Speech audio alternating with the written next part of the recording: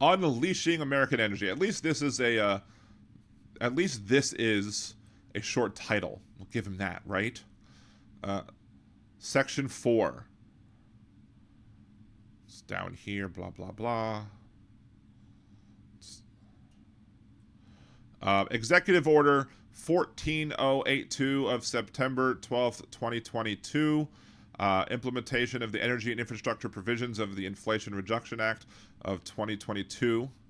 And then it also has, within 60 days of the date of this order, the administrator of the EPA shall issue guidance to address these harmful and detrimental inadequacies, including consideration of eliminating the social cost of carbon calculation from any federal permitting or regulatory decision.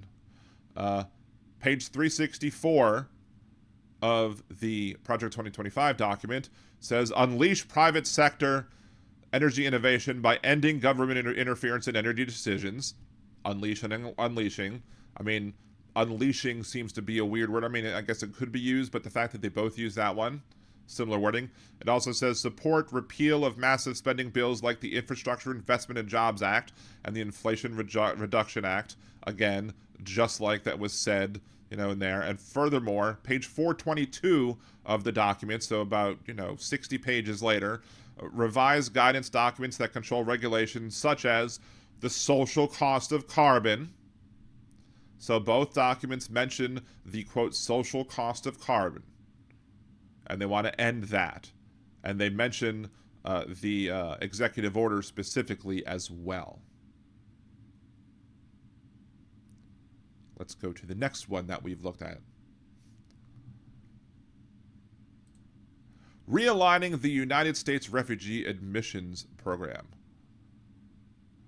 So under the executive order, it says realignment of the U.S. Refugee Admissions Program. A, I hereby proclaim pursuant to sections blah, blah, blah, blah, blah, that entry into the United States of refugees under USRAP would be detrimental to the interests of the United States. I therefore direct that entry into the United States of refugees under USRAP be suspended, subject to the exceptions set forth in subsection C, until a finding is made in accordance with section 4 of this order. Sounds almost similar to like, we need a total and complete ban of Muslims entering this country until we find out what's going on. But page 177 of Project 2025, one casualty of the Biden administration's behavior will be the current form of U.S. Refugee Admission Program, aka USARP, USRAP, the federal government's obligation to shift national security, essential screening, and vetting resources to the forged border crisis will necessitate an indefinite curtailment of the number of USRAP refugee admissions. And later on in the executive order, they list some exceptions, but while some exceptions exist, basically they're saying the same thing. Reduce, if not eliminate, people entering the country indefinitely, I guess, until we figure out what the hell's going on. So clearly, again, Donald Trump is getting his marching orders from the Heritage Foundation and the Project 2025 people when it comes to these things. So there are certain things that Donald Trump's going to want to do, and then there's other things I'm convinced that he's just not going to care about and he'll let other people have their way. Reevaluating and realigning United States foreign aid is the next executive order that we're going to be looking at. In the executive order, it says the United States foreign aid industry and bureaucracy are not aligned with American interests and in many cases antithetical to American values. Page 279 of Project 2025. The next conservative administration will have a unique opportunity to realign U.S. foreign assistance with American national interests and the principles of good governance. Again, is that wording not close enough for anybody to, are they going to deny this at this point, or are they just going to say, yeah, we were lying, you were right, these were the same things? Project 2025 is Agenda 47, and there's no arguing otherwise.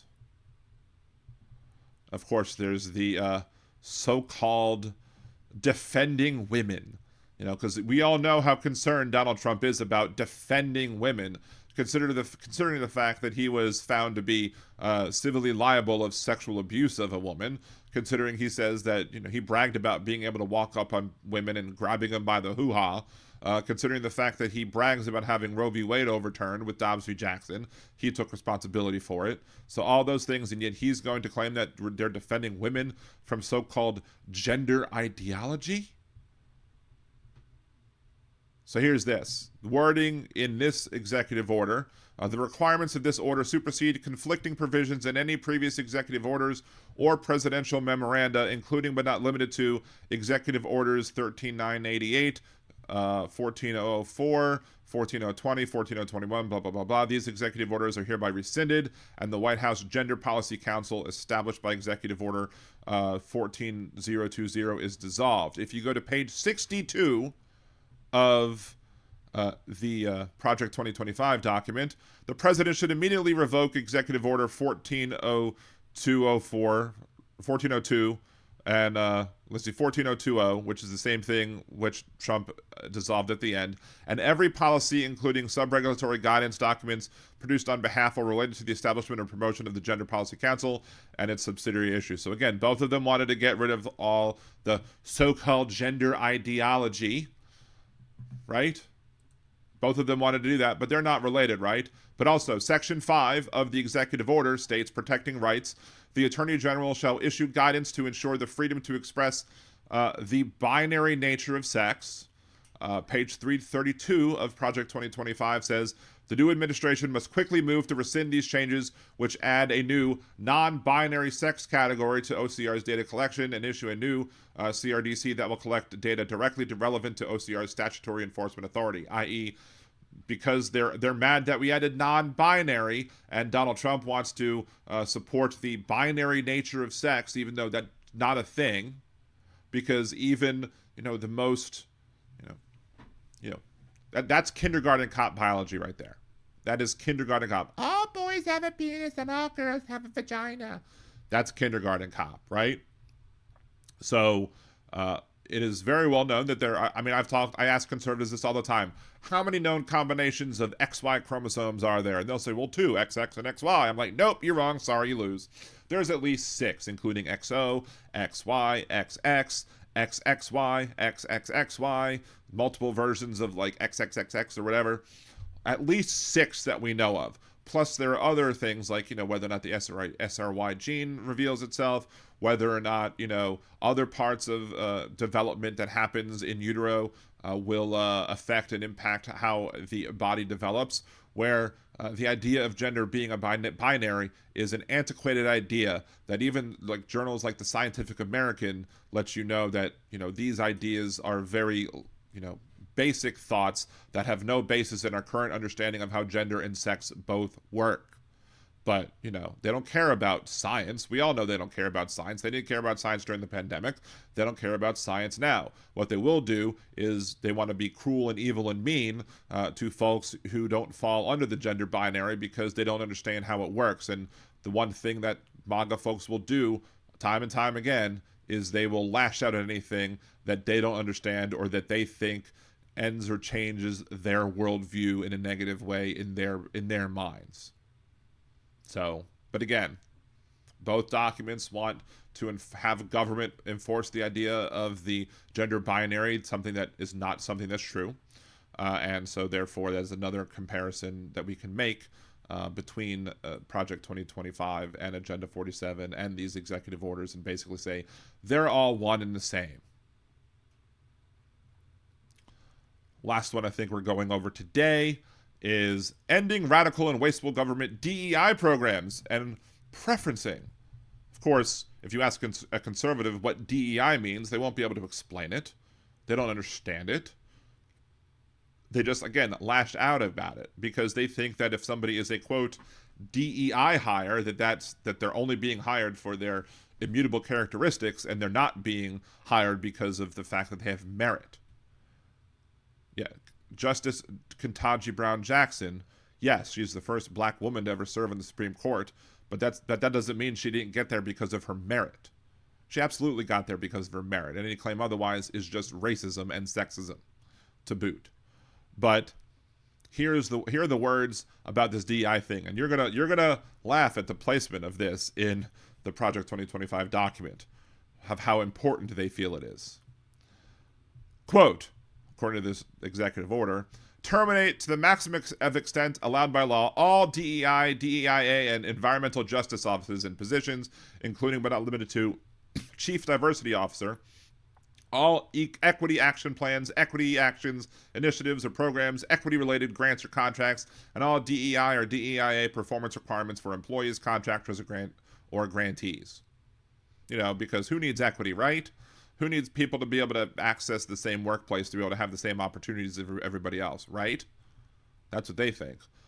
Page 4 of Project 2025. This is so important to them and their combating of woke culture or whatever. This is so important to them that page 4 says the next conservative president must make the institutions of American civil society hard targets for woke culture warriors. This starts with deleting the terms sexual orientation and gender identity, diversity, equity, and inclusion, DEI, gender equality, gender equity, gender awareness, gender sensitive, abortion, reproductive health, reproductive rights, and any other term used to deprive Americans of their First Amendment rights out of every federal rule, agency, regulation, contract, grant, regulation, and piece of legislation that exists.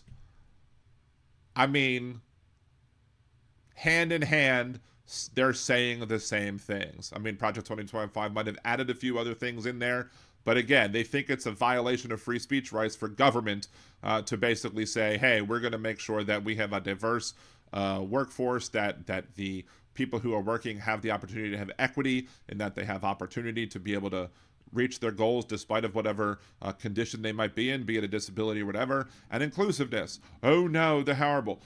Donald Trump wants his government to be as old and as white and as male as possible, and that's probably, he probably thinks that diversity means you have, you know, more than one type of pudding at the buffet.